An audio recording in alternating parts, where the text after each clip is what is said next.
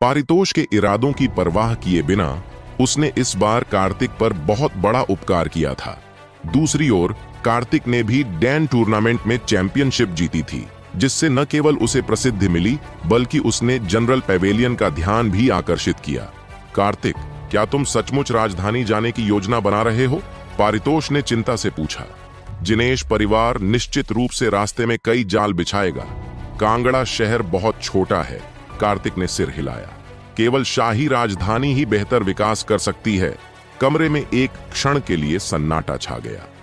पारितोष अच्छी तरह जानता था कि कार्तिक की प्रतिभा के आगे कांगड़ा शहर उसे रोक नहीं पाएगा। मैं मार्ग से अधिक परिचित हूं, पारितोष ने एक पल सोचने के बाद कहा।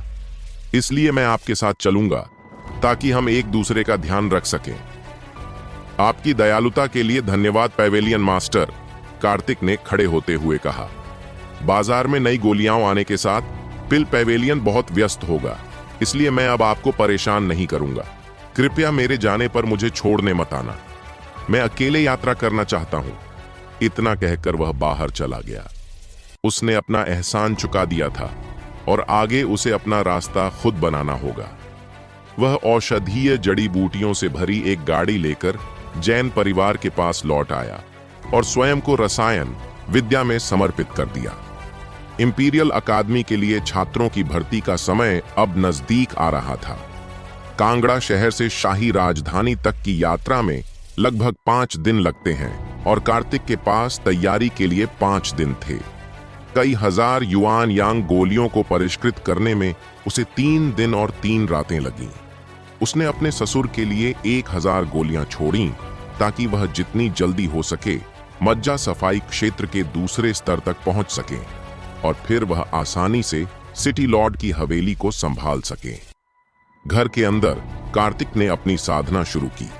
कार्तिक के सिर पर आध्यात्मिक ऊर्जा का आभामंडल छाया रहा।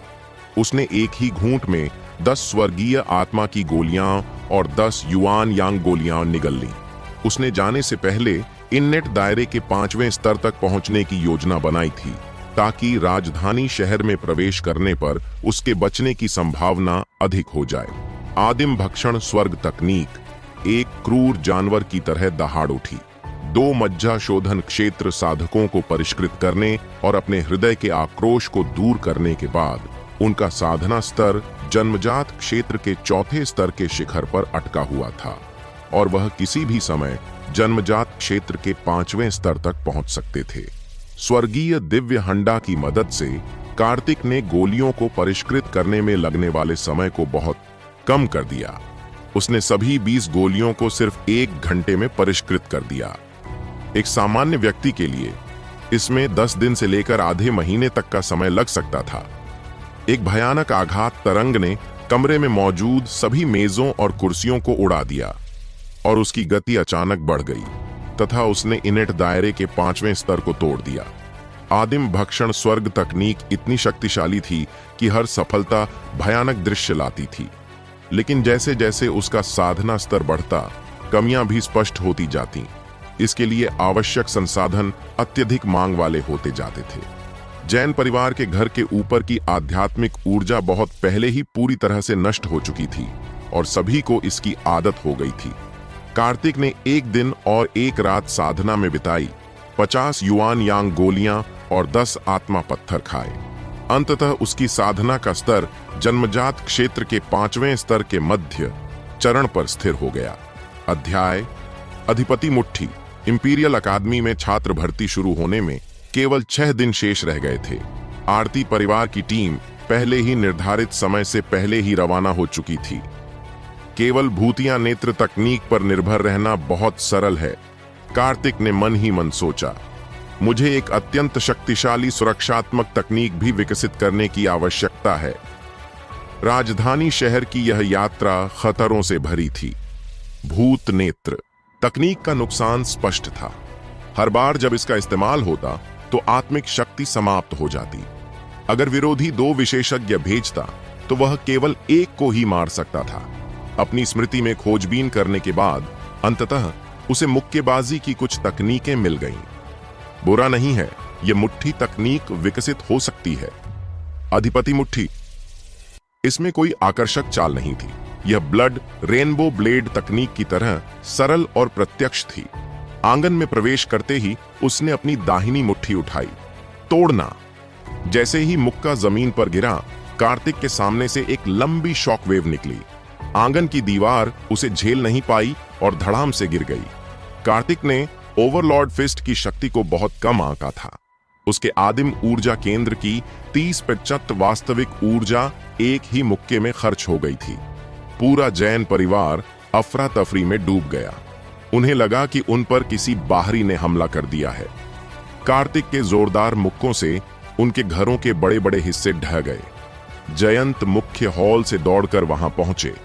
50 मीटर लंबी वैक्यूम सुरंग के कारण जमीन में आधा मीटर गहरी खाई बन गई थी, जिससे 5 आंगन नष्ट हो गए थे। गनीमत रही कि कोई हताहत नहीं हुआ। पागल आदमी, सन की। चारों ओर से तरह तरह की आवाजें आ रही थीं, गुस्से से नहीं बल्कि खुशी से। कार्तिक जितना मजबूत होता, जैन परिवार उतना ही स्थिर होता। कार्तिक, क्या यह सब तुम्हारे कारण हुआ? जयंत ने अविश्वास से पूछा। खांसी साधना के दौरान मैं लापरवाह हो गया था, कार्तिक ने शर्मिंदा होते हुए कहा। सब एक एक करके चले गए। कार्तिक को नए आंगन में जाने के अलावा कोई चारा नहीं था, क्योंकि उसे कल ही कांगड़ा शहर छोड़ना था। अध्याय विदाई और पहला घात। आखिरी दिन जैन परिवार के सभी वरिष्ठ सदस्य कार्तिक को विदा करने के लिए वापस आए। जयंत व्यक्तिगत रूप से कार्तिक को राजधानी तक ले जाना चाहते थे, लेकिन कार्तिक ने इनकार कर दिया और अकेले जाने का फैसला किया। मालिक। प्रणीत अचानक दौड़कर अंदर आया, कार्तिक के सामने घुटने टेक दिए और फूट फूट कर रोने लगा। आज ही सबको पता चला था कि उनके दामाद ने ही बहुत पहले चुपके से प्रणीत को हथियार बनाने के वे हुनर दिए थे। उठो, कार्तिक ने कहा। एक बड़े आदमी का इस तरह रोना कैसा व्यवहार है? मैं बस कुछ समय के लिए जा रहा हूं, ऐसा नहीं है कि मैं कभी वापस नहीं आऊंगा। कल जयंत ने उसे एक स्टोरेज बैग दिया था। जैन परिवार के गेट से बाहर निकलते हुए कार्तिक ने पीछे मुड़कर नहीं देखा। उसे डर था कि कहीं उसकी आंखों से आंसू न निकल आए। जयंत उसे व्यक्तिगत रूप से विदा करने के लिए बाहर नहीं आया, बल्कि जैन परिवार के आंतरिक आंगन की छत पर खड़ा होकर कार्तिक की पीठ को देखता रहा। बच्चे, तुम बड़े हो गए हो। जयंत के गालों पर 2 आंसू बह निकले। युवा मास्टर कार्तिक, रुको।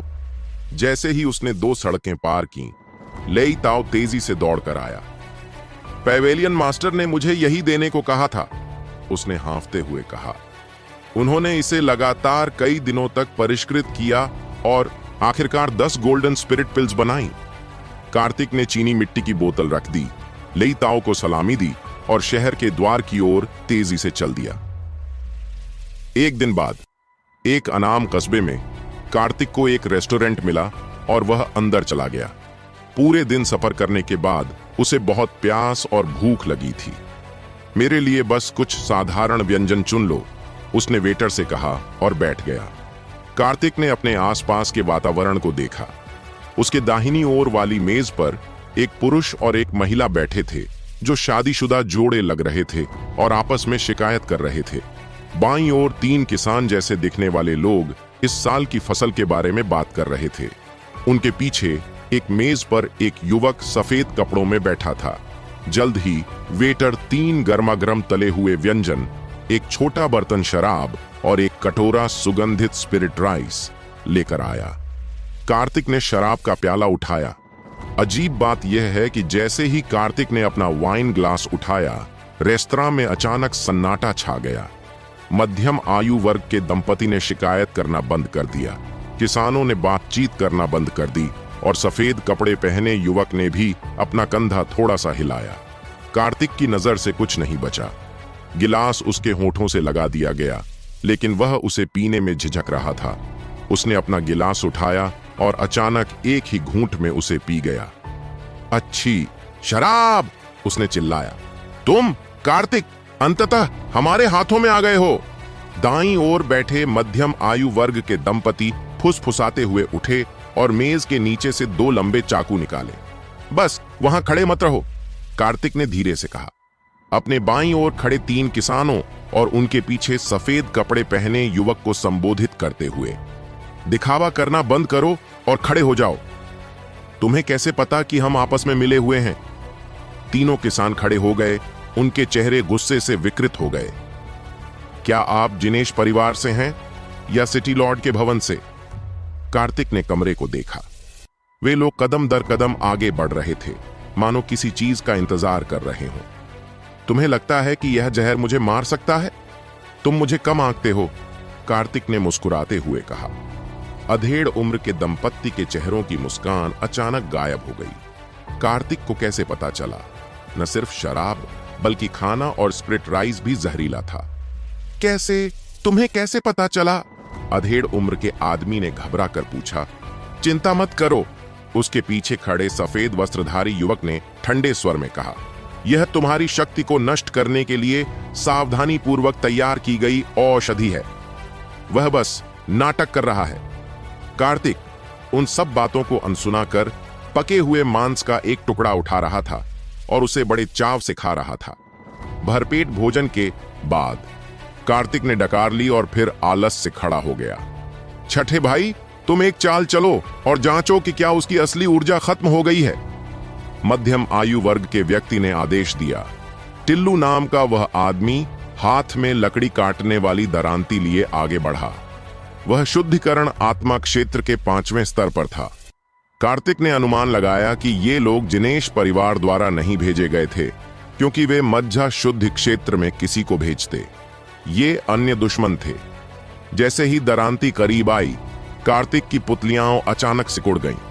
उसके स्टोरेज बैग से ठंडी रोशनी की एक भयावह चमक निकली। छोटी तलवार एक पल में चमकी और गायब हो गई। टिल्लू नाम का व्यक्ति अचानक जम गया। Tick tock tick tock, Tillu की गर्दन से खून की बूंदें बहकर फर्श पर टपकने लगी। कार्तिक के छोटे चाकू ने उसकी हड्डियां पूरी तरह से काट दी थीं। तुम्हें जहर नहीं दिया गया था, अधेड़ उम्र के आदमी ने कहा। डिस्पर्सिंग पावर लिक्विड का उस पर कोई असर नहीं हुआ था। आखिर कार्तिक किस प्रकार का राक्षस है? तुम्हें तो पहले से ही पता था कि शराब में जहर है, आशु ने पूछा। मैं बस इतना कह सकता हूं कि तुम्हारा अभिनय बहुत बुरा था, कार्तिक ने उनकी तरफ देखा। अगर हमें मरना ही है, अधेड़ उम्र के आदमी ने कहा, तो कम से कम हमें यह तो पता होना चाहिए कि क्यों। पहली खामी, कार्तिक ने समझाया। वेटर के कंधे पर रखा तौलिया है, उस पर तेल के दाग जाहिर है हाल ही में उसे गंदा दिखाने के लिए लगाए गए थे। असली तौलिए धूसर भूरे होते हैं। दूसरी बात, ये तीनों किसान, अभी कौन सा मौसम है? सर्दी का मौसम है। किसानों को इस समय आराम करना चाहिए। वे वास्तविक किसान नहीं थे। और तुम, उसने सफेद कपड़े पहने युवक की ओर देखा, सफर से थके हुए दिखने का नाटक कर रहे हो। तुम्हारे जूतों के तले बेदागा हैं। मुझे लगता है तुम्हें रोगाणुओं से डर लगता है। आशु को ऐसा लगा जैसे उसने कोई भूत देख लिया हो।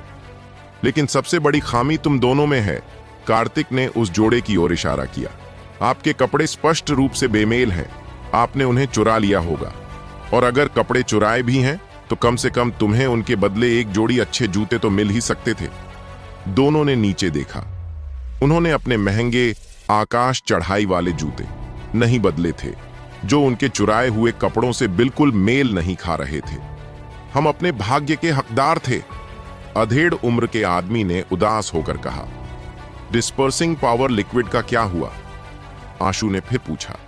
जानना चाहते हो? कार्तिक मुस्कुराया। लेकिन तुम्हें जानने का मौका नहीं मिलेगा। उसका शरीर सामान्य लोगों से भिन्न था। विष का वह अंश स्वर्ग के दिव्य देग द्वारा आसानी से अवशोषित कर लिया गया था। चलो चलें, अधेड़ उम्र के व्यक्ति ने ठंडी आवाज में चिल्लाया और 6 लोग तुरंत चारों दिशाओं में भागे। भागने की कोशिश कर रहे हो? एक भयानक हत्या का इरादा फूट पड़ा। छोटी तलवार अचानक खींची गई। जन्मजात क्षेत्र के 5वें स्तर तक पहुंचने के बाद उसकी वास्तविक ऊर्जा और भी अधिक गहन हो गई थी। ऊर्जा की एक लंबी धार सीधे सफेद वस्त्रधारी युवक पर जा गिरी और उसे दूर एक बड़े पेड़ से चिपका दिया। दोनों किसान केवल 100 मीटर ही दौड़े थे कि तलवार की ताकत ने उन्हें जकड़ लिया और उनकी छाती को चीर दिया। अधेड़ उम्र का जोड़ा हताश होकर घने जंगल में भाग गया। कार्तिक ने अपनी छोटी तलवार उठाई और जोर से वार किया। जमीन फट गई और इससे पहले कि वे जंगल में प्रवेश करते, तलवार की ऊर्जा ने उन्हें 2 टुकड़ों में चीर दिया। कार्तिक एक ही कदम में धुंध में गायब हो गया और वेटर के पास पहुंच गया। उसे एक को जिंदा छोड़ना था ताकि पता चल सके कि किसने जाल बिछाया था। पिछले कमरे से गुजरते हुए 2 लाशें जमीन पर पड़ी थीं। वे शराब खाना चलाने वाले बुजुर्ग दंपत्ति थे। उन्हें मारने के लिए इन लोगों ने निर्दोष लोगों को भी नहीं छोड़ा था। कार्तिक की आंखों में एक भयानक हत्या का इरादा था। वह वेटर के करीब आ गया। वेटर यह जानते हुए कि वह बच नहीं सकता, रुक गया और अपनी गर्दन पर चाकू रख लिया। कार्तिक, अगर तुमने एक और कदम उठाया तो मैं तुरंत आत्महत्या कर लूंगा। मेरे सामने तो आत्महत्या भी एक विलासिता है। कार्तिक ने चुपचाप भूतिया नेत्र तकनीक का इस्तेमाल किया। वेटर के आत्मा सागर में अनंत आत्मिक शक्ति प्रवाहित हुई, जिसके कारण वेटर के मुंह से एक दयनीय चीख निकल गई। उसका रसोई का चाकू जमीन पर गिर पड़ा और वह दर्द से विकृत हो गया। उसकी साधना अपंग हो गई थी। अब तुम मुझे बता सकते हो कि मुझे कौन मारना चाहता है? कार्तिक ने उसकी गर्दन पर एक खंजर रखते हुए कहा। मुझे मार डालो। वेटर एक कठोर आदमी था। मरना चाहते हो? इतना आसान नहीं है। कार्तिक ने वेटर की पीठ पर अपनी उंगलियां दबाईं। वेटर के शरीर में एक चुभने वाला दर्द दौड़ गया, जिससे वह दर्द से जमीन पर लौटने लगा। मैं बात करूंगा। कोई भी इतना असहनीय दर्द सहन नहीं कर सकता था। यह वही तकनीक थी जिसका अनुभव कुन्नेर वर्मा और कमांडर शशांक भी नहीं सह सकते थे। शहर के स्वामी पुरुषोत्तम ने हमें भेजा है। यह समाचार सुनकर कार्तिक को आश्चर्य नहीं हुआ। पुरुषोत्तम, यह सचमुच तुम हो? खंजर के तेज वार से उसने वेटर को राहत दी। वह शहर की ओर वापस लौटा। रेस्तरां से आए बुजुर्ग दंपति को उचित तरीके से दफनाया और हत्यारों की लाशों को राक्षसों से निपटने के लिए गहरे जंगलों में फेंक दिया। अगले कुछ दिन शायद शांतिपूर्ण नहीं होंगे। पुरुषोत्तम उसे मारना चाहता था और जिनेश परिवार भी उसे मारना चाहता था। अध्याय: ब्लैक विंड क्लिफ का जाल। जैसे ही कार्तिक ने शहर छोड़ा, बैंगनी रंग का लबादा पहने एक आदमी घर से बाहर आया। अपनी जेब से एक बांस की नली निकाली और ट्रिगर दबा दिया। आग की एक लपट आसमान में उठी। कार्तिक जानता था कि जिनेश परिवार उसे ढूंढने का इतना अच्छा मौका हाथ से जाने नहीं दे सकता था। शेष 2 दिन एक निर्जन पर्वत श्रृंखला को पार करते हुए व्यतीत होंगे। कार्तिक एक पर्वत शिखर पर खड़ा था। इस पर्वत श्रृंखला को पार करने के बाद हम सीधे राजधानी पहुंचेंगे। अब सर्दी का मौसम था और ज्यादातर व्यापारी घर चले गए थे। कार्तिक ने रात में यात्रा करने की योजना बनाई। भोर होने के करीब 3 घंटे लगातार दौड़ने के बाद कार्तिक ने अपनी गति धीमी की। कुछ युआन यांग गोलियां निकलीं और उन्हें निगल लिया। अजीब बात है, हमारे आसपास कीड़ों की चहचहाहट गायब हो गई है। हत्यारी नजर। हवा में एक हल्की सी हत्या की भावना व्याप्त थी। कार्तिक ने अपनी भूतिया आंखों की तकनीक का इस्तेमाल किया। उसकी नजर इधर उधर घूम गई। क्या शानदार तकनीक है!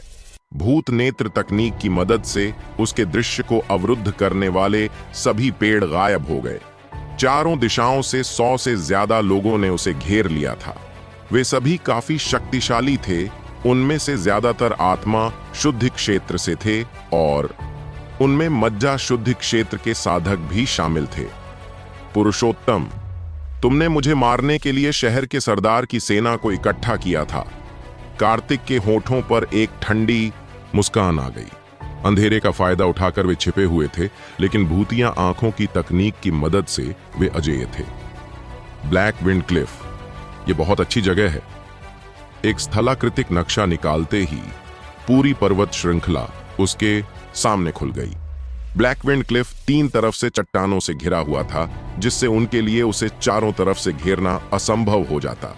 कार्तिक सीधे ब्लैक विंड क्लिफ की ओर बढ़ गया। अरे नहीं, यह बच्चा भागने की कोशिश कर रहा है। दूर से एक तेज आवाज आई, उसे रोको, हम उसे भागने नहीं दे सकते। दर्जनों लोग तेजी से आगे बढ़े। कार्तिक ने पहला कदम उठाया। अपनी छोटी तलवार से उनके रास्ते में आने वाले बड़े पेड़ को चीर दिया। उसने रक्त इंद्रधनुष तलवार तकनीक को इस हद तक साध लिया था कि मनुष्य और तलवार एक हो गए थे। पहले कुछ दर्जन लोग पेड़ों से चिपके हुए थे। प्रत्येक व्यक्ति तलवार की ऊर्जा से घायल था और उनकी जीवन शक्ति तुरंत नष्ट हो गई। कार्तिक ने एक खाई को चीर दिया और ब्लैक विंड क्लिफ की ओर दौड़ पड़ा। वह जानता था कि एक अजेय युद्ध देवता भी जब दुश्मन सेना द्वारा घेर लिया जाता है तो अंततः थक कर हार जाता है और मर जाता है। उसे युद्ध संरचना बनाने का अवसर नहीं देना था। गुरिल्ला युद्ध लड़ना ही सबसे अच्छा विकल्प था। हम उसे भागने नहीं दे सकते। जल्दी करो और उसका पीछा करो। बाकी 3 इलाके भी तेजी से आगे बढ़ गए। थोड़ी देर बाद वे अंततः ब्लैक विंड क्लिफ में प्रवेश कर गए। गठन स्थापित करें।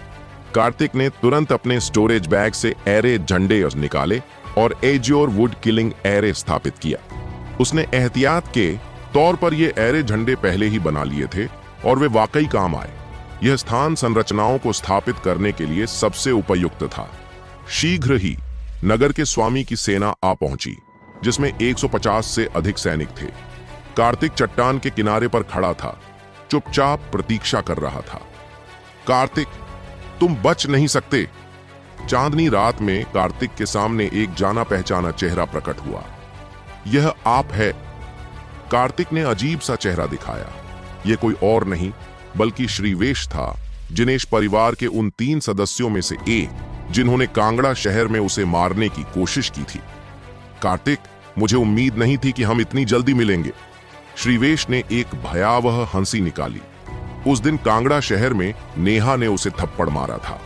तब से वह अपने मन में इस गुस्से को दबाए हुए था और यह सब कार्तिक की वजह से था। मैं बहुत उत्सुक हूं। आप सिटी लॉर्ड्स मेंशन के साथ कैसे जुड़े? कार्तिक ने मुस्कुराते हुए पूछा। दुनिया में सब कुछ लाभ से प्रेरित है, श्रीवेश ने कहा। हमारे हित एक जैसे हैं, तो क्या हमारे लिए गठबंधन बनाना सामान्य बात नहीं है? नगर प्रभु के भवन की शक्ति का लाभ उठाकर उन्होंने रास्ते में कई गुप्त पहरेदार तैनात कर दिए थे। तो तुम मुझे कैसे मारने की योजना बना रहे हो? 1000 टुकड़ों में काट दो, श्रीवेश ने कहा।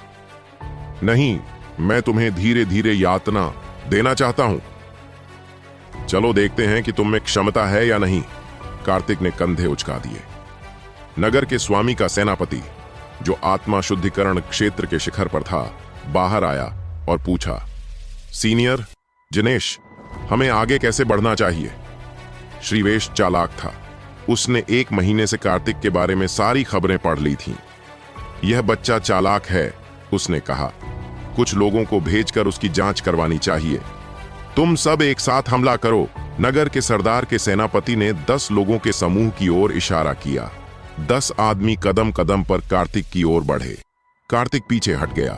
वह उन्हें पूरी तरह से फुसलाना चाहता था। लड़के, मरने के लिए तैयार हो जाओ। 10 लोगों ने एक साथ हमला किया, लेकिन कार्तिक बचाव छोड़कर पलटवार कर बैठा। वह फिसलन भरी मछली की तरह 10 लोगों के हमलों से आसानी से बच निकला। मरना! खंजर के तेज वार से एक के बाद एक 10 सिर फट गए।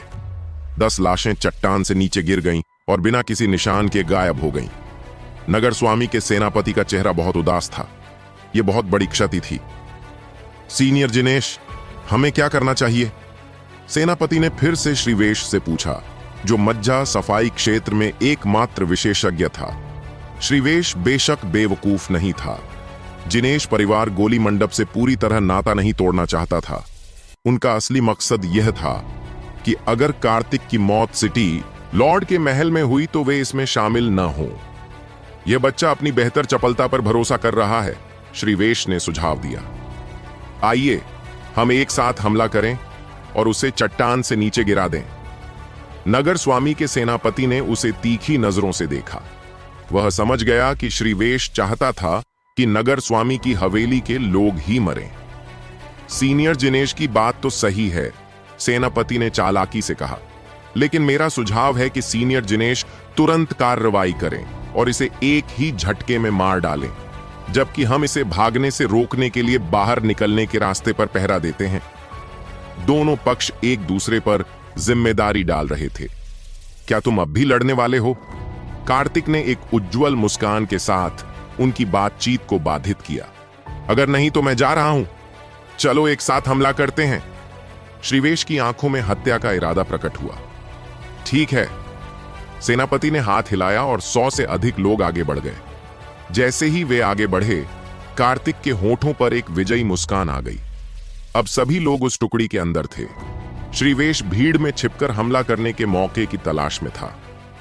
उस पर हमला करो!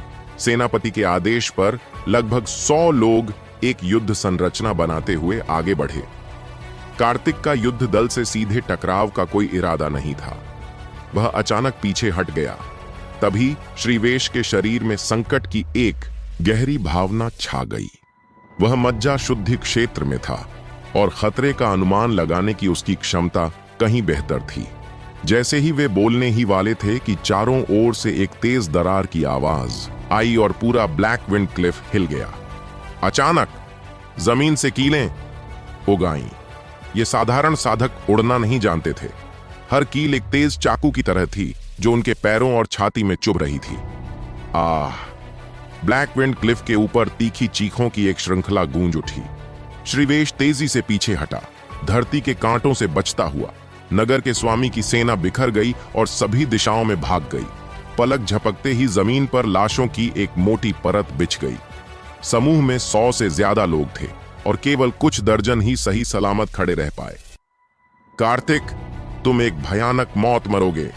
नगर के सरदार का सेनापति भयंकर गर्जना के साथ लाशों के ऊपर से कदम रखता हुआ सीधे कार्तिक पर हमला करने आया। मौत को दावत! छोटी तलवार नीचे की ओर गिरी, जिससे इनेट दायरे के 5वें स्तर की एक भयानक आभा फैल गई। उसकी गति जबरदस्त थी और एक ही वार में उसने 15 लोगों को मार डाला। उनके शरीर हवा में ही फट गए और उनके भीतर का सार पूरी तरह से कार्तिक द्वारा अवशोषित कर लिया गया। तलवार की ऊर्जा तेज हवा की तरह बह रही थी। इससे पहले कि नगर स्वामी का सेनापति अपनी तलवार नीचे रख पाता, कार्तिक ने एक ही वार में उसका गला काट दिया। सभी को मारने के बाद कार्तिक ने अपने लाल होंठ चाटे और फिर श्रीवेश को देखा।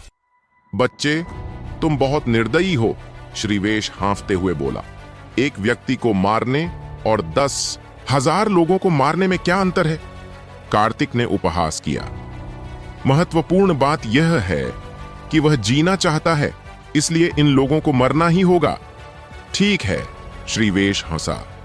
तुमने मेरे लिए इन कमीनों का खात्मा कर दिया। एक बार मैं तुम्हें मार दूं तो कोई मुझ पर शक नहीं करेगा। मैं बस यही कहूंगा कि तुम शहर के सरदार की सेना के साथ मारे गए। यह संरचना धीरे धीरे कमजोर होती गई। यह अपनी क्षमता की सीमा तक पहुंच चुकी थी। कार्तिक की निगाहें गंभीर थीं। मज्जा सफाई क्षेत्र में किसी के खिलाफ जीतने की संभावना बहुत कम थी, भले ही वह जन्मजात दायरे के 5वें स्तर तक पहुंच गया हो। दोनों लगभग 5 मीटर की दूरी पर खड़े थे। श्रीवेश के हाथ में एक लंबी तलवार दिखाई दी। हल्के से हिलाने पर तलवार के ब्लेड से अजगर की दहाड़ निकली। एक जादुई कलाकृति, कार्तिक ने धीरे से कहा। तुम्हें कुछ ज्ञान तो है ही। श्रीवेश की आंखों में एक अजीब सी चमक दिखाई दी। यह तो एक निम्न स्तरीय आध्यात्मिक हथियार है। कार्तिक ने बस थोड़ा सा झटका दिखाया। इस पर तो सभी आध्यात्मिक ऋण भी उत्कीर्ण नहीं है। घमंडी, मैं तुम्हें खत्म कर दूंगा। इस तरह मजाक उड़ाए जाने पर श्रीवेश गुस्से से कांप उठा। उसने इस आध्यात्मिक हथियार को खरीदने के लिए कई सालों से आध्यात्मिक पत्थर जमा किए थे। अपने जादुई हथियार के एक झटके से उसने तलवार के फूलों की झड़ी लगा दी। जादुई हथियार के प्रखर होने के बाद तलवार की ऊर्जा और भी प्रबल हो गई। कार्तिक की हिम्मत नहीं हुई कि वह सीधे वार झेल सके। वह पीछे की ओर पलटा, हवा में कलाबाजी की और खुले मैदान में पीछे हट गया। स्नैप! जैसे ही तलवार की ऊर्जा नीचे गिरी, खुले मैदान में एक व्यक्ति से भी ऊंचा एक पत्थर उस तलवार की ऊर्जा से टुकड़े टुकड़े होकर बिखर गया। कार्तिक को झटका लगा, क्योंकि उसने श्रीवेश की ताकत को बहुत कम आंका था। सौभाग्य से वह उस दल का इस्तेमाल करके नगर स्वामी की सेना को मार गिराने में कामयाब रहा। अगर वे ईमानदारी से एकजुट होते तो अब तक वह मर चुका होता। श्रीवेश की तलवार का निशाना भले ही चूक गया, पर उसका हमला जरा भी नहीं थमा। उसने अपनी गति और बढ़ा दी। उसकी तलवार की चमक बिजली की तरह कौंध रही थी और उसके शरीर की गति दर्शन और अन्य साधकों की समझ से कहीं ज्यादा तेज थी। जैसा कि एक महान परिवार के शक्तिशाली सदस्य से उम्मीद की जाती है, उसकी तलवारबाजी और गति तकनीकें कांगड़ा शहर के साधारण साधकों से कहीं बेहतर थीं। कार्तिक एक मुरझाए हुए पत्ते की तरह था, जो श्रीवेश की तलवारबाजी के प्रचंड झोंकों में बस बह रहा था। वह जमीन पर पड़े कंकड़ों को हिलाता, सैकड़ों मीटर के दायरे में एक बवंडर पैदा कर रहा था। शक्तिशाली ऊर्जा चारों दिशाओं में फैल रही थी और कार्तिक के लिए बचने की जगह लगातार कम होती जा रही थी। बच्चे, देखते हैं तुम कब तक छिप सकते हो, श्रीवेश ने उपहास किया। उसकी तलवारबाजी निरंतर और अथक थी, एक विशाल महासागर की तरह जिसकी हर लहर पिछली से ज्यादा ऊंची थी। वह कार्तिक को पीछे हटने पर मजबूर कर रही थी। अगर ऐसा ही चलता रहा तो कार्तिक अंततः इन लहरों में बह जाएगा और पूरी तरह से निगल लिया जाएगा। तलवार की तेज हवाओं के साथ श्रीवेश अपनी 36 स्प्रिंग ब्रीज तलवार तकनीक का हर दांव खुलकर दिखा रहा था। उसने दशकों तक इस मार्शल आर्ट को निखारा था और अब वह उस चरम कौशल तक पहुंच चुका था जहां उसका हर दांव सबसे शक्तिशाली आक्रमण को उजागर करने में सक्षम था। लेकिन कार्तिक की रणनीति बिल्कुल अलग थी। वह एक जहरीले सांप की तरह था जो घात लगाकर अपने शिकार पर नजर रखता है और उसकी जरा सी चूक का इंतजार करता है। और श्रीवेश इतना शक्तिशाली होने के बावजूद आखिरकार था तो इंसान ही। घोस्ट आई तकनीक की मदद से कार्तिक श्रीवेश की चालों में हर बदलाव को देख सकता था। वह लगातार उसकी तलवारबाजी का विश्लेषण कर खामियां खोज रहा था। दोनों की ताकत में जमीन आसमान का अंतर था। कार्तिक ने पहले ही उसकी सुरक्षा में कई कमजोरियां भांप ली थीं, लेकिन उसने कोई जोखिम उठाने की हिम्मत नहीं की। वह जानता था कि अगर वह हमला करता है और श्रीवेश ने पलटवार कर दिया तो यह एक हार की स्थिति होगी, जो कार्तिक बिल्कुल नहीं चाहता था। कार्तिक ने बिना किसी जल्दबाजी के अपने 7 सितारा कदमों को रक्त इंद्रधनुष ब्लेड तकनीक के साथ मिला दिया, जिससे वह एक ही समय में आक्रामक और रक्षात्मक दोनों बन गया, किसी भूत की तरह, अप्रत्याशित और मायावी। यह देखकर श्रीवेश अधीर हो उठा। वह इतनी देर से एक चींटी जैसे लड़के पर हमला कर रहा था, लेकिन उसे मार नहीं पाया था। वह गुस्से से दहाड़ उठा। तुम इतने लंबे समय से मुझ पर हमला कर रहे हो। कार्तिक की आंखें अचानक सिकुड़ गईं। अब मेरा वार सहने का समय आ गया है। श्रीवेश ने आखिरकार स्प्रिंग ब्रीज तलवार तकनीक की 36 शैलियों को पूरा कर लिया था। अब वह अपनी चालें बदलने वाला था।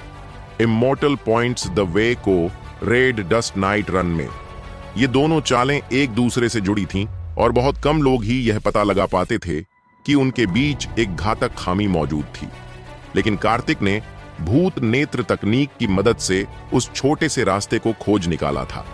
रणनीति में बदलाव के उसी एक पल का फायदा उठाते हुए कार्तिक ने अपनी छोटी तलवार निकाली। वह छोटी तलवार अचानक अविश्वसनीय गति से नीचे गिरी और एक तेज अद्वितीय ऊर्जा ब्लेड में बदल गई, जो हवा को चीरती हुई श्रीवेश के सामने प्रकट हुई। ये तो बुरा है, श्रीवेश ने मन ही मन सोचा। कार्तिक की आभा अचानक बढ़ गई थी, मानो कोई भयंकर बाघ जो अब तक सो रहा था अचानक जाग गया हो।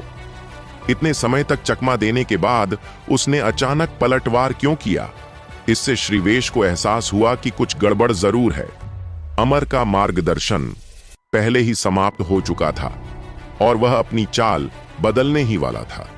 और ठीक तभी कार्तिक की छोटी तलवार पहले से ही उसके पास थी, जिससे उसकी रणनीति बदलने के सारे रास्ते खत्म हो गए थे। जैसे जैसे दूरी कम होती गई, श्रीवेश को अपनी रणनीति बदलने का जरा भी समय नहीं मिला। एक अनुभवी गुरु होने के नाते उसने तुरंत प्रतिक्रिया दी। उसने अचानक अपनी लंबी तलवार से नीचे की ओर वार किया और एक क्रूर युद्ध शैली अपनाई। लेकिन कार्तिक ने इस कदम का भी अनुमान लगा लिया था। उसका छोटा चाकू अचानक दिशा बदलकर नीचे की ओर गिरा और सीधे श्रीवेश के पेट के निचले हिस्से पर जा पहुंचा। दोनों ही नजदीकी लड़ाई के माहिर थे। थोड़ी सी भी चूक निश्चित मौत का कारण बन सकती थी। मज्जा शोधन क्षेत्र की दमनकारी आभा का कार्तिक पर कोई प्रभाव नहीं पड़ा। अगर वह कोई साधारण सहज क्षेत्र का साधक होता तो वह श्रीवेश के करीब भी नहीं पहुंच पाता। हट जाओ, श्रीवेश दहाड़ा। उसकी हिंसक आभा ने बारूद की तरह विस्फोट किया और भयानक मज्जा सफाई बल ने कार्तिक की छोटी तलवार को विक्षेपित कर दिया। खचाक। फिर भी उसके पेट के निचले हिस्से में एक कट लग ही गया और खून बहने लगा। यह कोई जानलेवा जख्म नहीं था, लेकिन फिर भी श्रीवेश की सांसें थम गईं। मेरे सामने खड़ा यह साधारण सा बच्चा, इसके पास युद्ध के लिए अविश्वसनीय प्रतिभा है। उसने अपने शरीर को पीछे की ओर घुमाया, श्रीवेश की लंबी तलवार को चकमा दिया और 3 झांग दूर जा गिरा। दोनों एक दूसरे के सामने खड़े थे। ऐसा लग रहा था कि कार्तिक का पलड़ा भारी था और उसने श्रीवेश को सफलतापूर्वक घायल कर दिया था, लेकिन सिर्फ कार्तिक ही जानता था कि यह घाव बहुत मामूली था। वह तो बस एक सतही खरोंच थी और अब उसे श्रीवेश के भयंकर क्रोध का सामना करना था। बहुत खूब श्रीवेश के बाल उसकी टाई तोड़कर खुल गए, जिससे वह क्रूर और डरावना दिखने लगा। तुमने मुझे सच में गुस्सा दिला दिया है, मैं तुम्हें चीर कर रख दूंगा। भयानक शक्ति उसकी आभा को लगातार बढ़ा रही थी। तलवार की रोशनी पहले से दोगुनी से भी अधिक शक्तिशाली हो गई थी। कार्तिक का चेहरा गंभीर हो गया। हालांकि उसे मज्जा शोधन क्षेत्र के साधक की आभा से डर नहीं था, लेकिन सच्ची ताकत के सामने कोई भी तकनीक बेकार हो जाती है। एक चतुर चाल सिर्फ एक बार ही इस्तेमाल की जा सकती है। अपनी छोटी तलवार को किनारे रखकर कार्तिक ने रक्त इंद्रधशी ब्लेड तकनीक को त्याग दिया। आज या तो वह मरेगा या श्रीवेश। उसने अपनी दाहिनी मुट्ठी उठाई, अधिपति मुट्ठी की प्रारंभिक मुद्रा अपनाते हुए। उसने सीधे हमले का सामना करने और यह परखने का इरादा किया कि क्या यह मुट्ठी मज्जा सफाई क्षेत्र के किसी योद्धा को गंभीर रूप से घायल कर सकती है।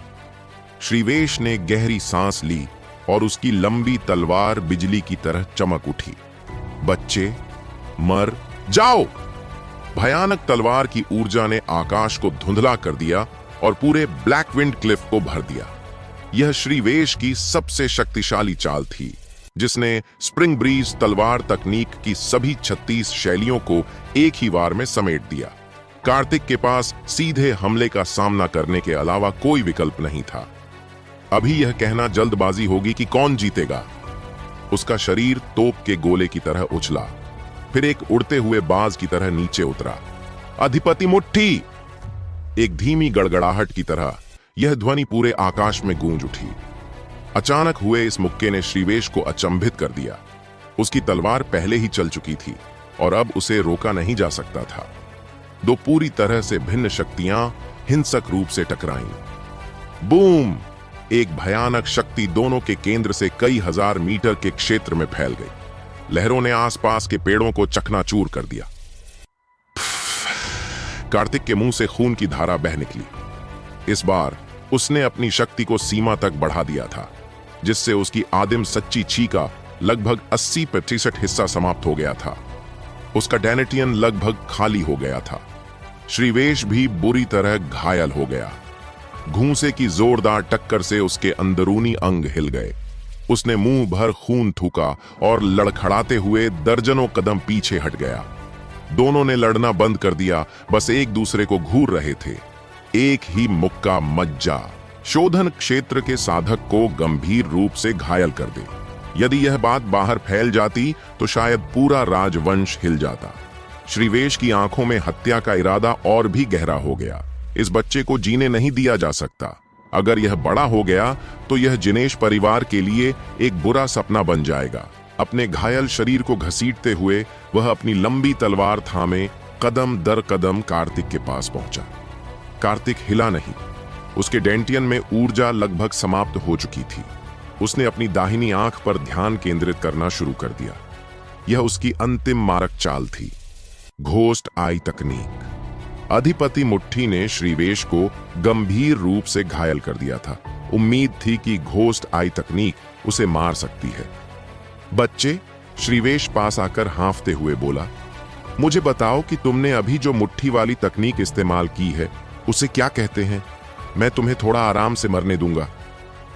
उस मुक्के को याद करते हुए श्रीवेश की आंखों में लालच की झलक दिखाई दी। दोनों करीब आ गए। कार्तिक ने शांति से श्रीवेश की आंखों में देखा। तुम जानना चाहते हो? उसके होठों पर एक ठंडी मुस्कान आ गई। मुझे साधना की विधि बताओ, श्रीवेश ने धैर्य खोते हुए कहा, और मैं तुम्हारी जान बख्श दूंगा। वह पहले ही कार्तिक के 3 मीटर के भीतर पहुंच चुका था। उसने अपनी लंबी तलवार उठाई। वह लालच और घमंड में अपना पहरा कम कर चुका था। तभी कार्तिक की आंखों से एक अजीब सी रोशनी निकली। इतने पास होने के कारण श्रीवेश के पास बचने का कोई मौका नहीं था। उसने कभी उम्मीद नहीं की थी कि एक नजर भी किसी की जान ले सकती है।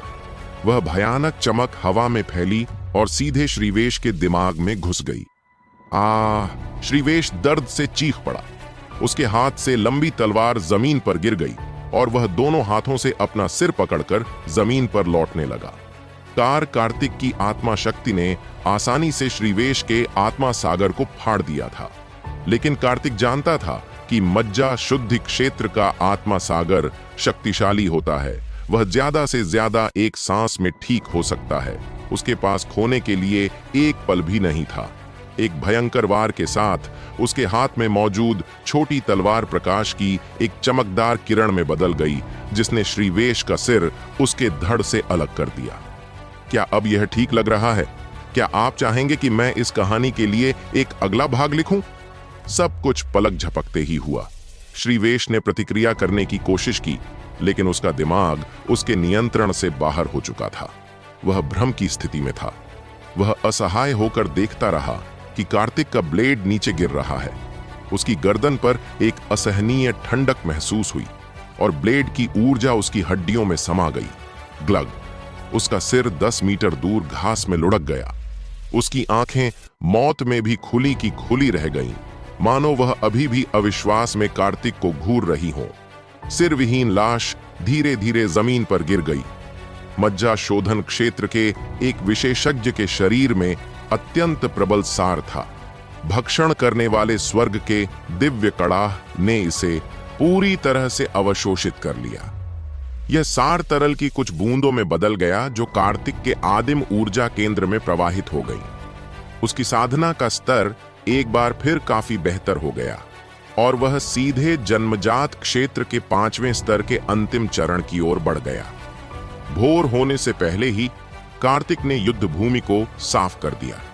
नगर स्वामी की पूरी सेना की लाशों को चट्टान से नीचे फेंक दिया गया। अब और कोई घात प्रतिघात नहीं होना चाहिए। चलो मुख्य सड़क पर वापस आते हैं और अपनी प्रगति तेज करते हैं, उसने सोचा। जब तक कार्तिक राजधानी शहर पहुंचा, तब तक इंपीरियल अकादमी में छात्रों की भर्ती का समय लगभग आ गया था। पूरी राजधानी में चहल पहल थी। 36 बड़े शहरों से अनगिनत प्रतिभाशाली शिष्य यहां जमा हुए थे। सभी इंपीरियल अकादमी का सदस्य बनने की उम्मीद कर रहे थे। जब कार्तिक पंजीकरण स्थल पर पहुंचा तो पूरा पंजीकरण स्थल लोगों से खचाखच भरा हुआ था। इस साल इंपीरियल अकादमी के मूल्यांकन में कई हजार लोगों ने भाग लिया था, लेकिन हर साल केवल 100 लोग ही अकादमी में शामिल होने के योग्य होते थे। कार्तिक यात्रा से थका हुआ लग रहा था। पंजीकरण का समय लगभग समाप्त हो रहा था। अपना नाम और जन्म स्थान आवश्यकतानुसार भरने के बाद उसने आखिरकार राहत की सांस ली। चौक बहुत बड़ा था और हजारों लोगों से भरा हुआ था। मूल्यांकन में भाग लेने आए लगभग सभी प्रतिभाशाली लोग अपने परिवारों या सेवकों के साथ आए थे। बहुत कम लोग अकेले आए थे और कार्तिक उन्हीं में से एक था। तभी भीड़ में से एक जोरदार चीख सुनाई दी। मैं स्काई शेफर्ड अकादमी में शामिल नहीं होना चाहता, कृपया चले जाइए। कार्तिक ने भौहें चढ़ाईं। उसने इस अकादमी के बारे में कभी नहीं सुना था। तभी पास खड़े एक युवक ने फुसफुसाते हुए समझाया, मैं इस स्काई शेफर्ड अकादमी के बारे में जानता हूं। यह कई दशकों से स्थापित है। इसका निर्माण राजकुमार यशस्वी के धन से हुआ था। आप वर्तमान सम्राट के छोटे भाई राजकुमार यशस्वी के बारे में बात कर रहे हैं? एक अन्य युवक ने अपनी आवाज धीमी करते हुए कहा, वही जो 10 लाख की सेना का नेतृत्व करते हैं। यह सही है, पहले युवक ने कहा। यह आदमी महत्वाकांक्षी है। उसने खुद के लिए प्रतिभाओं को भर्ती करने के उद्देश्य से स्काई शेफर्ड अकादमी की स्थापना की। हर साल वे उन अकेले परीक्षार्थियों का चयन करते हैं जिनकी पृष्ठभूमि ज्यादा अच्छी नहीं होती। जिनकी पृष्ठभूमि मजबूत है या जो यशस्वी के गुट से नहीं है, उन्हें स्वीकार नहीं किया जाएगा। भीड़ धीरे धीरे उन भर्ती करने वालों से दूर हट गई और कार्तिक, जो अकेला खड़ा था, तुरंत अलग थलग पड़ गया। वह उनसे बचने की कोशिश कर रहा था, लेकिन बहुत देर हो चुकी थी। एक बूढ़ा आदमी 2 युवकों के साथ सीधे उसकी तरफ बढ़ा। युवक, क्या मैं तुम्हारा नाम पूछ सकता हूं और तुम कहां से आए हो? बूढ़े आदमी ने पूछा।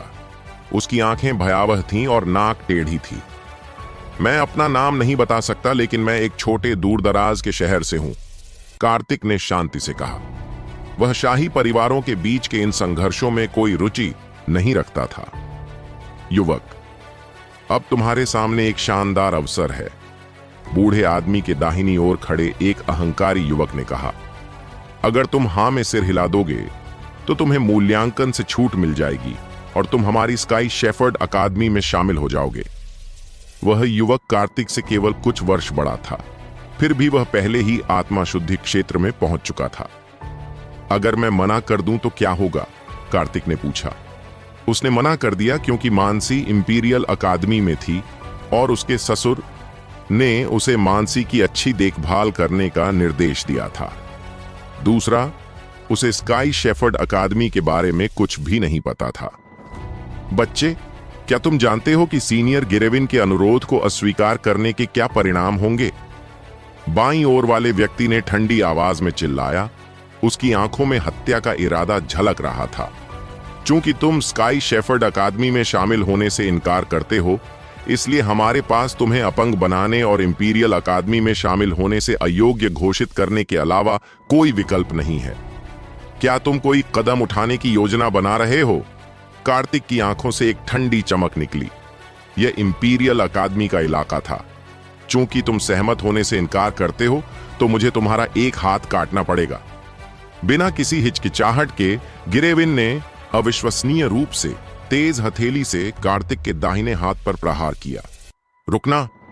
एक महत्वपूर्ण क्षण में 3 आकृतियां दूर से आईं। एक बूढ़े आदमी के पीछे एक पुरुष और एक महिला चल रहे थे। वे इंपीरियल अकादमी के प्रशिक्षक थे। गुड़ैवित, पॉश नाम के बूढ़े प्रशिक्षक ने ठंडी आवाज में स्काई शेफर्ड अकादमी के टेढ़ी नाक वाले बूढ़े आदमी को घूरते हुए कहा, तुम और अधिक आक्रामक होते जा रहे हो। हमारी इंपीरियल अकादमी के सामने लोगों को घायल करने का साहस कर रहे हो। गुड़ैवित जानता था कि प्रशिक्षक आ गए हैं, इसलिए यदि वह लड़ाई जारी रखता तो उसे कोई लाभ नहीं होता। बच्चे, तुम भाग्यशाली हो, गिरेविन ने एक भयावह हंसी के साथ कहा। इंपीरियल अकादमी से बाहर होने तक प्रतीक्षा करो, फिर मैं तुमसे हिसाब बराबर कर लूंगा। जैसे ही वे चले गए, पॉश ने मंच पर चढ़कर घोषणा की, इंपीरियल अकादमी का वार्षिक मूल्यांकन शुरू होने वाला है। अकादमी में कुछ कार्यक्रमों के कारण मैं एक कदम देर से पहुंचा, जिससे कुछ अप्रिय स्थिति उत्पन्न हुई, जिसके लिए मैं सभी से क्षमा चाहता हूं। पहला टेस्ट, पॉश ने घोषणा की। इंपीरियल अकादमी के गेट तक पहुंचने के लिए आपके पास 3 घंटे हैं। यह 10 मील लंबी सड़क एक सरनी से ढकी हुई है। यह निरंतर दबाव छोड़ेगी जो समय के साथ बढ़ता जाएगा। यह आपके धैर्य और क्षमता की परीक्षा है। ओह, और मैं यह बताना भूल गया, पॉश ने कहा, इस वर्ष का मूल्यांकन थोड़ा विशेष है। जो भी प्रथम स्थान पर आएगा उसे एक विशेष पुरस्कार मिलेगा। ज्वलंत सूर्य गुफा में 10 दिनों की साधना, एक चतुर्थ श्रेणी की गोलियों और एक पूर्ण गहन श्रेणी की मार्शल आर्ट तकनीक। यह सुनते ही वहां अफरा तफरी मच गई। गहन श्रेणी की तकनीकें केवल राजधानी शहर के बड़े परिवारों के पास ही थीं। वह ज्वलंत सूर्य गुफा है, एक ने चिल्लाया। वहां एक दिन की साधना बाहर 1 महीने के बराबर है। सबसे महत्वपूर्ण बात यह है कि शुद्ध यांग ऊर्जा को अवशोषित करने से व्यक्ति का शरीर बदल सकता है। कार्तिक के कान फड़कने लगे। मार्शल आर्ट तकनीक को 4 श्रेणी में बांटा गया है: पीला श्रेणी, गहन श्रेणी, पृथ्वी श्रेणी और स्वर्ग श्रेणी। गोलियां और मार्शल आर्ट तकनीकें उसके लिए किसी काम की नहीं थीं। लेकिन शुद्ध यांग क्यूई इस समय उसके लिए कहीं ज्यादा महत्वपूर्ण थी। वह संसाधनों के लिए ही इंपीरियल अकादमी में आया था। वह इस अवसर को कैसे छोड़ सकता था? पलक झपकते ही परीक्षा देने वाले हजारों लोग एक के बाद एक लंबी गली में प्रवेश कर गए। कार्तिक भी उनके पीछे हो लिया। उसे कोई जल्दी नहीं थी। 2 घंटे बाद दबाव नाटकीय रूप से बढ़ गया, सामान्य स्तर से 5 गुना ज्यादा। रास्ते में लोग रुकते रहे और अपनी आंतरिक ऊर्जा पुनः प्राप्त करने लगे, लेकिन कार्तिक के कदम एक समान और अपरिवर्तित थे। 3 घंटे का समय जैसे जैसे नजदीक आ रहा था, कार्तिक आगे चल रहे समूह के बराबर पहुंच गया। इस समूह में हैदर शहर का दिव्यज और वातनगढ़ सिटी का चारुण भी शामिल थे, जिनकी गति अब बहुत धीमी हो गई थी। दबाव अब 10 गुना बढ़ गया था। यह तीव्र दमन न केवल भौतिक शरीर के लिए बल्कि आत्मा के लिए भी एक परीक्षा थी। यह दिलचस्प है, कार्तिक ने मन ही मन सोचा। यह सिर्फ शरीर की परीक्षा नहीं थी। अगर आत्मा पूरी तरह शुद्ध नहीं है तो भी वह आखिरी पड़ाव पार नहीं किया जा सकता। क्या यह वही बच्चा नहीं है जिसे स्काई शेफर्ड अकादमी ने धमकाया था? यह इतना तेज कैसे है? कार्तिक ने इन फुसफुसाहटों को नजरअंदाज कर दिया। उसके हर कदम के साथ जमीन में एक अजीब सा उतार चढ़ाव पैदा होता, जो आसपास की दुनिया के साथ पूरी तरह से तालमेल में था। दूसरे शब्दों में, कार्तिक बिना किसी दबाव के सड़क पर चल सकता था, क्योंकि वह उस संरचना के साथ एकाकार हो गया था। अंतिम रेखा पहले ही नजर आ रही थी। अचानक 2 तीव्र निगाहें सीधे कार्तिक पर पड़ी। वे दिविज और चारुण की थीं। मूलतः प्रतिस्पर्धा केवल उन दोनों के बीच थी, लेकिन अचानक एक और व्यक्ति प्रकट हो गया था। 10 सांसों के बाद वे तीनों एक ही पंक्ति में खड़े थे। यह असंभव है, पीछे से चीखें सुनाई दी। जो व्यक्ति केवल जन्मजात क्षेत्र के 5वें स्तर पर है, वह इतने ऊंचे स्तर तक कैसे पहुंच सकता है? कार्तिक ने उन्हें अनदेखा किया। आखिरी कुछ 100 मीटर में दबाव और भी भयानक हो गया, लेकिन जहां तक उसकी आत्मा पर दबाव की बात है, तो वह तो था ही नहीं। इसके विपरीत दिविज और चारुण को हर कदम बेहद मुश्किल लग रहा था। उनके सिर में भयंकर दर्द होने लगा था। दृढ़ कदमों से कार्तिक ने अंततः 2.5 घंटे का समय लेकर फिनिश लाइन पार कर ली। फिनिश लाइन पार करते ही एक भयानक हत्या का इरादा सीधे कार्तिक की ओर बढ़ा। उसे निगलने का इरादा रखते हुए वह भौंचक्का रह गया। वह इस जगह नया था और उसने किसी को नाराज नहीं किया था। फिर उसके प्रति इतनी गहरी दुश्मनी क्यों थी? उसके सामने युवक खड़ा था, जिसने अपनी आंखों में हत्या के इरादे को छिपाने की जरा भी कोशिश नहीं की, मानो कार्तिक से कह रहा हो, तुम बर्बाद हो गए। कार्तिक ने उसे अनदेखा किया, एक तरफ चला गया, घास पर बैठ गया और अपनी असली ऊर्जा बहाल करने के लिए कुछ गोलियां निगल लीं। हरीश्वर ने कार्तिक की ओर ऐसे देखा जैसे वह किसी मृत व्यक्ति को देख रहा हो। एक बार मूल्यांकन समाप्त हो जाने पर यह उसकी मृत्यु का दिन होगा। उनके ठीक पीछे दिविज और चारुण ने फिनिश लाइन पार की। वे दोनों लड़खड़ा गए, लगभग गिर पड़े। अपना संतुलन वापस पाने के बाद उन्होंने कार्तिक को देखा, जो शांत और संयमित था। उसमें कोई बेचैनी का भाव नहीं दिख रहा था। इससे कार्तिक के प्रति उनकी नफरत और बढ़ गई। समय बीतता गया और लोग फिनिश लाइन पार करते रहे। हर कोई बाहर निकलने से पहले कार्तिक की तरफ देखता। मूल्यांकन का समय समाप्त हो गया है, कल्याणी ने घोषणा की। जिन लोगों ने पहला चरण पूरा कर लिया है, कृपया मेरे साथ इंपीरियल अकादमी आए। मूल्यांकन का दूसरा चरण कल होगा। एक पल इंतजार करें। हरीश ने अचानक कल्याणी को बीच में रोका। क्या वरिष्ठ भाई जिनेश के पास घोषणा करने के लिए कुछ और है? कल्याणी ने थोड़ा मुंह बनाया। जूनियर सिस्टर कल्याणी, हरीश ने कहा, यह व्यक्ति बहुत ही दुस्साहसी है। इसने इंपीरियल अकादमी के मूल्यांकन में नकल करने की हिम्मत की है। मैं दूसरों के लिए चेतावनी के तौर पर इसकी जगह हटा दूंगा। हरीश को जिनेश परिवार के मुखिया का पत्र मिला था, जिसमें उसे कार्तिक को इंपीरियल अकादमी में शामिल होने से रोकने और उसे मारने का मौका ढूंढने के लिए कहा गया था। कार्तिक ने अचानक अपनी आंखें खोली जब कल्याणी ने उसे वरिष्ठ भाई जिनेश कहकर संबोधित किया था। तो वह पहले ही उसकी पहचान का अनुमान लगा चुका था। वरिष्ठ भाई जिनेश, आपके पास क्या सबूत है कि उसने धोखा दिया? कल्याणी नाखुश दिखी। जूनियर सिस्टर कल्याणी, यह व्यक्ति जन्मजात क्षेत्र के केवल 5वें स्तर पर है, हरीश्व ने उपहास किया। क्या आपको लगता है कि ऐसा कचरा बिना धोखाधड़ी के पहले फिनिश लाइन तक पहुंच सकता है? यह सवाल वाकई बहुत अजीब था, लेकिन कल्याणी को यकीन था कि कार्तिक ने कोई धोखाधड़ी नहीं की है। धोखेबाजों को कड़ी सजा दो, इंपीरियल अकादमी से निष्कासित करो। चारों ओर से चीख पुकार मच गई। कार्तिक बिल्कुल अकेला था और सबकी नजरों में उसकी कोई खास मजबूत पृष्ठभूमि नहीं थी। बेटे, हरीश्व ने कार्तिक को घूरते हुए कहा, तुमने अपनी साधना को अपंग बना लिया तो मैं बीती बात को भूल सकता हूं, लेकिन मैं तुम्हारी मूल्यांकन योग्यता छीन लूंगा और तुम्हें इंपीरियल अकादमी से बाहर भेज दूंगा। सबकी निगाहों के नीचे कार्तिक धीरे से खड़ा हुआ, फिर हरीश्व को मजाकिया भाव से देखा। तुम जिनेश परिवार से हो, है ना? क्या नकुंज जे ने तुम्हें भेजा था या सार्थक ने तुम्हें ऐसा करने के लिए कहा था? सिर्फ हरीश्व ने आंखें सिकोड़ लीं। उसे कैसे पता चला? उसे याद आया कि 1 महीने पहले सार्थक वापस आया था और उसके साथ शराब पी थी। उसने कांगड़ा शहर के बारे में कुछ बातें बताईं और बताया कि कैसे एक छोटे से परिवार के एक शिष्य ने उसे अपमानित किया था।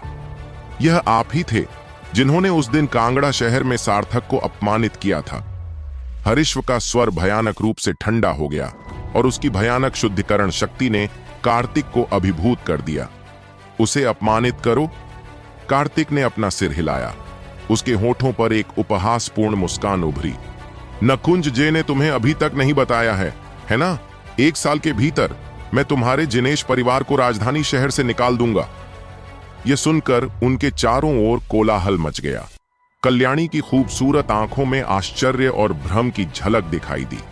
कार्तिक की आंखों में पागलपन का कोई निशान नहीं था। ऐसा लग रहा था जैसे वह कोई बिल्कुल सामान्य बात कह रहा हो। यह बच्चा पागल होगा।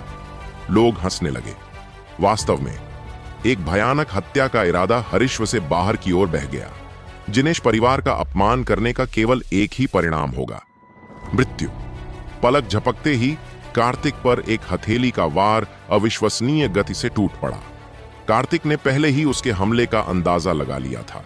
वह जानता था कि हर वार खून खराबा होगा, लेकिन वह अभी किसी को मारना नहीं चाहता था।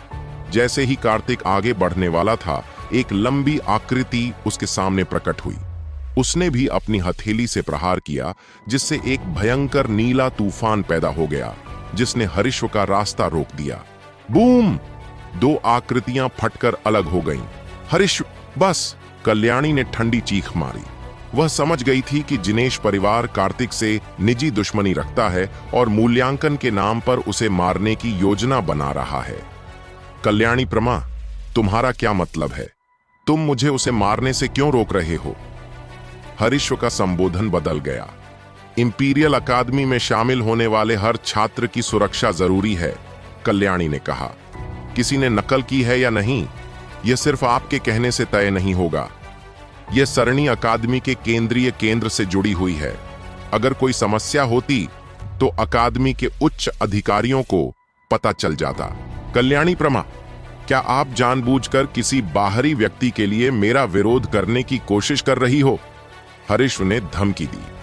हालांकि कल्याणी प्रमा एक राजकुमारी है, उसकी मां महल में सिर्फ एक नौकरानी थी। सम्राट के शराब के नशे में धुत होने के बाद ही उसका जन्म हुआ था। स्थिति के संदर्भ में वह हरीश्व जितनी अच्छी नहीं थी जो जिनेश परिवार से था। मैं तो बस अपना काम कर रही हूं। कल्याणी प्रमा की खूबसूरत आंखें ठंडी और एकाकी थीं। हरीश्व इतना क्रोधित था कि वह अपने दांत पीस रहा था। उसने कार्तिक पर एक जानलेवा नजर डाली। अभी 2 और आकलन बाकी थे और वह कार्तिक को इंपीरियल अकादमी में शामिल होने से रोकने के लिए अपनी पूरी ताकत लगा देगा। कार्तिक ने हरीश्व को ऐसे देखा जैसे वह कोई मूर्ख हो। उसे कल्याणी प्रमा को धन्यवाद देना चाहिए। यदि कल्याणी प्रमा आगे नहीं आई होती तो शायद अब तक वह हरीश्व एक लाश बन चुका होता। जैसे जैसे शाम ढलती गई, आज का मूल्यांकन समाप्त हो गया। सभी लोग इंपीरियल अकादमी के द्वार से गुजरे और उनका स्वागत एक विशाल प्रशिक्षण मैदान ने किया। यह इंपीरियल अकादमी की केवल बाहरी परिधि थी। मूल्यांकन की रैंकिंग के अनुसार टेंट वितरित किए गए। प्रथम स्थान पर आए कार्तिक को सर्वश्रेष्ठ स्थान मिला, एक गर्म तंबू जो तेज हवाओं से पूरी तरह सुरक्षित था। अरे, वह तो जन्मजात दायरे के केवल 5वें स्तर पर है, फिर भी वह इतनी अच्छी जगह पर रहता है। एक हट्टा कट्टा आदमी तंबू से निकला। उसका चेहरा गुस्से से विकृत था। मैं जन्मजात दायरे के 6ठे स्तर पर हूं और इस वीरान जगह पर रह रहा हूं। कई अन्य लोग भी कार्तिक की जगह लेने के लिए उत्सुक थे। असली लड़ाई सिर्फ मूल्यांकन जितना आसान नहीं थी। जैसे ही कार्तिक आराम करने वाला था, तंबू के बाहर से एक तेज आवाज सुनाई दी। लड़के, यहां से बाहर निकलो। तंबू से एक आकृति निकली। कार्तिक ने उस हट्टे कट्टे आदमी को ठंडी निगाहों से घूरते हुए पूछा, तुम ही चिल्ला रहे हो? बच्चे, मैं तुम्हें एक मौका दूंगा, यहां से चले जाओ।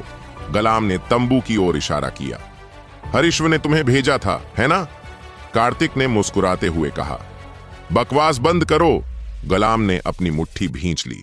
तुम्हारे पास यहां से निकलने के लिए 3 सांसें हैं। अगर मैं नहीं गया तो क्या होगा? कार्तिक की मुस्कान फीकी पड़ गई। अगर तुम नहीं गए तो मैं तुम्हें बाहर निकाल दूंगा। यह कहकर गलाम ने बिना किसी चेतावनी के सीधे कार्तिक के चेहरे पर एक जोरदार मुक्का मारा। जल्दी करो और उसे कुचलकर मार डालो। कई लोग इस हंगामे में शामिल हो गए। उनका तर्क था कि चूंकि वे अभी तक इंपीरियल अकादमी के छात्र नहीं थे, इसलिए अगर वे कार्तिक को मार भी दें तो अकादमी उन्हें दोषी नहीं ठहराएगी। जैसे ही मुक्का कार्तिक के चेहरे पर आने वाला था, कई महिलाओं ने अपनी आंखें बंद कर लीं। ठीक तभी स्थिति बदल गई। थप्पड़! रात के आसमान में एक थप्पड़ की तेज आवाज गूंजी। कार्तिक बहुत तेज था। उसकी मुट्ठी जमीन पर आने से पहले ही उसकी हथेली बाहर फेंक दी गई थी। 6ठे स्तर के जन्मजात साधक गुलाम को थप्पड़ पड़ने से पहले प्रतिक्रिया करने का भी समय नहीं मिला। वह हट्टा कट्टा आदमी हवा में उछलकर चौक के एक कोने में जा गिरा। उसका मुंह खून से लथपथ था और उसके कई टूटे हुए दांत जमीन पर पड़े थे। पूरे चौक में मानो मौत का सन्नाटा छा गया। दिव्य की आंखें सिकुड़ गईं। अभी अभी हुआ हथेली का वार सामान्य लग रहा था, लेकिन उसकी टाइमिंग बिल्कुल सही थी। न ज्यादा तेज न ज्यादा धीमा। 1 सेकंड ज्यादा तेज और वो चूक जाता। 1 सेकंड ज्यादा धीमा और गुलाम का मुक्का पहले उसके चेहरे पर लगता। तुम छोटे कमीने, मैं तुम्हें मार डालूंगा। गुलाम अपने पैरों पर खड़ा हो गया। उसका चेहरा भयंकर रूप से विकृत हो गया था। उसने अपना हथियार निकाला और कार्तिक पर झपटा। गुलाम की लंबी तलवार कार्तिक के 1 फुट के भीतर आ गई, जो सीधे उसके दिल की ओर जा रही थी। हंसना! बिना किसी दिखावटी हरकत के कार्तिक का दाहिना हाथ ऐसे चला गया जैसे कुछ हुआ ही ना हो और गुलाम अचानक स्तब्ध रह गया। जो कोई भी इस रेखा को पार करने की हिम्मत करेगा, उसे बिना किसी दया के मार दिया जाएगा। यह कहने के बाद कार्तिक ने अपने छोटे चाकू से वार किया, जिससे तंबू से 3 मीटर दूर एक निशान बन गया। फिर वह मुड़ा और तंबू को बंद कर दिया। क्या हुआ? गुलाम हिल क्यों नहीं रहा है? वह मर चुका है, 9वें स्तर के एक इनेट रियल्म विशेषज्ञ ने शांति से कहा। मृत! घटनास्थल पर अफरा तफरी मच गई। Tick tock, tick tock! ताजा खून गुलाम की गर्दन से होते हुए नीले पत्थर की जमीन पर रिसने लगा। गुलाम आक्रोश से भरकर जमीन पर गिर पड़ा। यह बच्चा लोगों को अंधाधुंध मारने की हिम्मत करता है। गुलाम का बदला लेने के लिए हमें इसे मारना ही होगा। कुछ लोग कार्तिक के तंबू की ओर बढ़े, लेकिन उन्हें तुरंत रोक दिया गया। वे तंबू के बाहर इकट्ठा हुए, लेकिन कार्तिक द्वारा खींची गई उस रेखा को पार करने का साहस किसी ने नहीं किया। कार्तिक ने बाहर हो रहे शोर शराबे को नजरअंदाज कर दिया। काफी देर तक चिल्लाने के बाद भी कोई नतीजा नहीं निकला। जैसे जैसे रात गहराती गई, कार्तिक ने एक गोल्डन स्पिरिट गोली निकाली और उसे निगल लिया। प्रशिक्षण स्थल से 3 मील बाहर पेड़ों के एक छोटे से झुरमुट में 2 व्यक्ति खड़े थे। उनमें से एक हरीश्वर था। चिंता मत करो, वरिष्ठ भाई जिनेश, काले कपड़े पहने एक अन्य व्यक्ति ने कहा। आप जानते हैं कि मैं हत्या करने में कितना अच्छा हूं। आज रात उसकी मृत्यु का दिन है। ठीक है, आगे बढ़ो। हरीश्वर ने उसके कंधे पर थपथपाया। काम पूरा होने पर मैं तुम्हें उन्नत कक्षा में पदोन्नत करवाने का कोई रास्ता निकालूंगा। इंपीरियल अकादमी 3 स्तरों में विभाजित है, पृथ्वी, रहस्य और स्वर्ग, और प्रत्येक कक्षा को शुरुआती, उन्नत और प्रतिभाशाली कक्षाओं में विभाजित किया गया है। मूल्यांकन में उत्तीर्ण होने वाले सभी 100 लोग साधना के लिए पृथ्वी स्तर की कक्षा में प्रवेश करेंगे। एक काली आकृति चुपचाप प्रशिक्षण मैदान की ओर बढ़ी। उसके हाथ में एक अजीब सा क्रॉसबो दिखाई दिया जो घातक था। वह एक चट्टान के पीछे लेट गया, अपने क्रॉसबो से तंबू नंबर 1 पर निशाना साध रहा था। बच्चे, वरिष्ठ भाई जिनेश को नाराज करने के लिए अपनी बुरी किस्मत को दोष दो। काले कपड़े पहने युवक ने क्रॉसबो का ट्रिगर दबाया और एक उंगली जितना लंबा तीर बाहर निकल आया। आश्चर्य की बात यह है कि तीर ने हवा में छेद करते समय कोई आवाज नहीं की। यह हत्या का एक उत्कृष्ट कौशल था